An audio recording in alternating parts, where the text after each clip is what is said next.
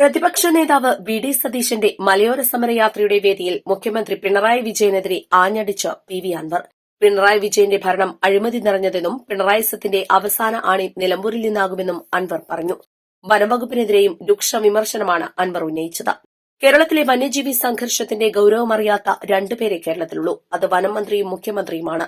കടുവ ഒരു സ്ത്രീയെ കടിച്ചുകൊന്ന സമയത്ത് ഫാഷൻ ഷോയിൽ പാടുന്ന തരത്തിലേക്ക് വനംമന്ത്രി തരം താണുവെന്നും അൻവർ വിമർശിച്ചു.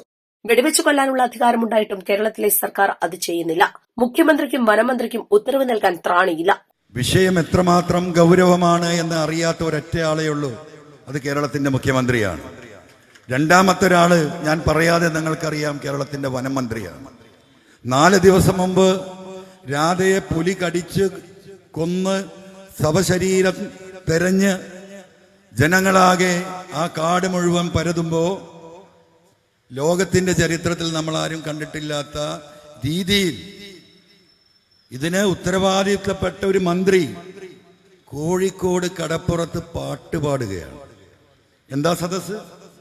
Fashion show. നിങ്ങൾ മനസ്സിലാക്കണം, 10-75 വയസ്സായിട്ട് ഇപ്പോഴും ഫാഷൻ ഷോയിൽ പോയി പാട്ട് പാടുന്ന അവസ്ഥയിലേക്ക് കേരളത്തിന്റെ ഒരു മന്ത്രി തരം താണിരിക്കുന്നു. എന്താണ് ഈ ഒരു മെസ്സേജ്?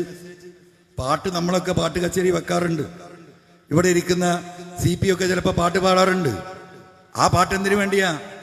ഈ നാട്ടിലെ പാവപ്പെട്ട മനുഷ്യരുടെ ചികിത്സാ ഫണ്ടിന് നമ്മൾ ഗാനമേള വെക്കാറുണ്ട്, ബിരിയാണി ചാലഞ്ച് വെക്കാറുണ്ട്.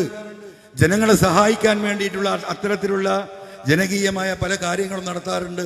ഇവിടെ ഇരിക്കുന്ന പലരും, ഞാനടക്കം, അതിലൊക്കെ ആ രീതിയിൽ പങ്കെടുത്തിട്ടുണ്ടാകും. അങ്ങനെ ഒരു ചടങ്ങിലല്ല ഇത്. ഏതോ വിദേശത്തുള്ള ഒരു കമ്പനിക്ക് വേണ്ടി അവരുടെ പരസ്യത്തിന്റെ പ്രചരണത്തിന് ഈ നാട്ടിലെ മനുഷ്യന്മാരെ കരടിയും പൂച്ചയും ഈ പറയുന്ന തുടർന്ന് വരാനിരിക്കുന്ന UDF സർക്കാർ ഏറ്റെടുക്കേണ്ട ഏറ്റവും വലിയ കാര്യം മലയോര മേഖലയാണ് എന്നതും അൻവർ ഓർമ്മിപ്പിച്ചു. East live, Edakkara.